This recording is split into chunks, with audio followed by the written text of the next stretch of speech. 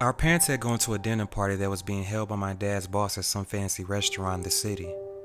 Because they fallen behind schedule and still had to make the long drive into the city, my parents did something they never do, which was leave me and my little sister home alone before the babysitter showed up.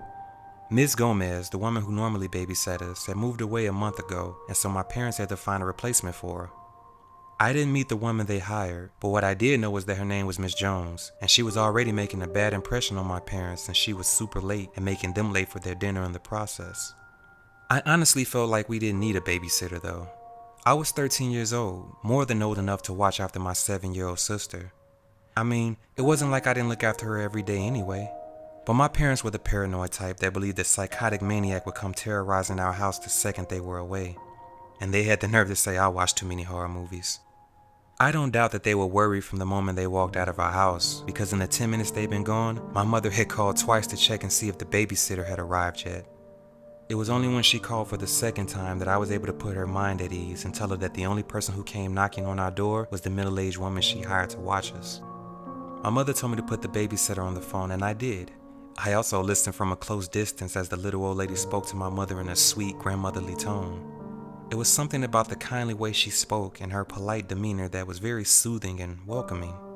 She reminded me a lot of Miss Gomez, and if she turned out to be half as cool as her, I knew it was likely this relationship would work out just fine. Well, at least until I was old enough to be spared the indignity of having a babysitter assigned to me.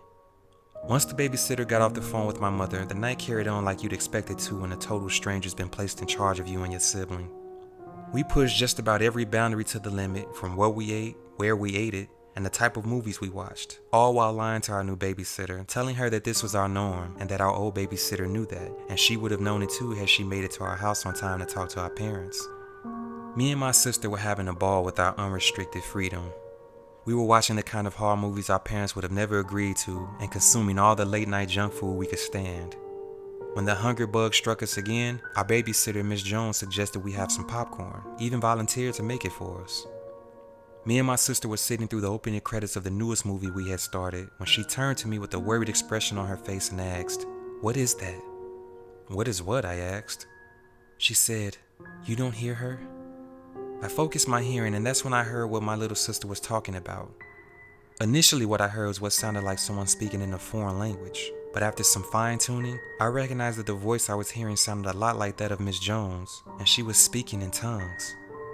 I got up from the couch and stepped towards the kitchen where Miss Jones was. The whole time I'm thinking this had to be some kind of joke. Like maybe she was trying to get a cheap scare out of us because we've been watching some really scary movies. I felt my little sister walking closely behind me. I could tell she was genuinely terrified. Knowing I had to be brave for the both of us, I stood just at the edge of the kitchen door and bravely called out in the most composed manner I could. "Miss Jones, I don't think my parents would like the way you're scaring my little sister." Miss Jones slowly turned towards us, her head eerily tilted at an angle, and she was chanting words I still couldn't understand. I was expecting her to start laughing at any second, or give some sort of indication that she was just messing with us.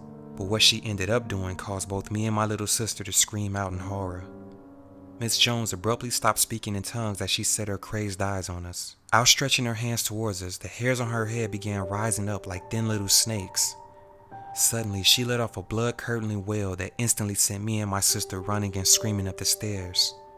As we ran up the steps, I could hear Miss Jones stomping up the stairs behind me, but thankfully she didn't catch up to me and my sister.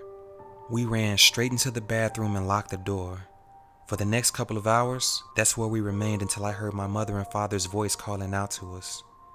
I'd never been happier to hear their voices, and I could tell my sister felt the exact same way.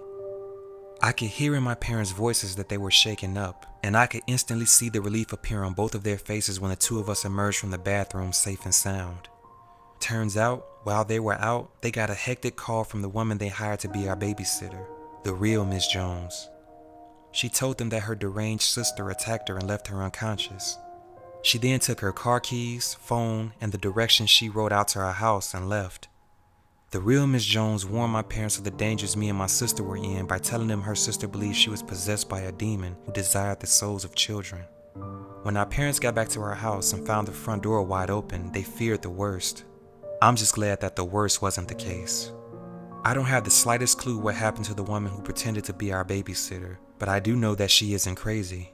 I believe she's genuinely possessed by some evil force that would have forced her to harm both me and my little sister had we not narrowly escaped her grasp.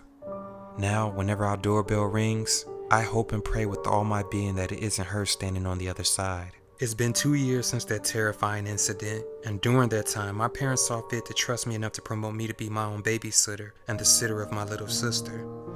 Now when my parents are away, me and my little sister have a great time, just the two of us. We avoid watching horror movies though to prevent arousing needless fears. But one night while my parents were out, the doorbell rang, and my fears suddenly spiked through the roof when I saw Mrs. Jones' possessed sister standing on our front porch, smiling fiendishly at me through the peephole.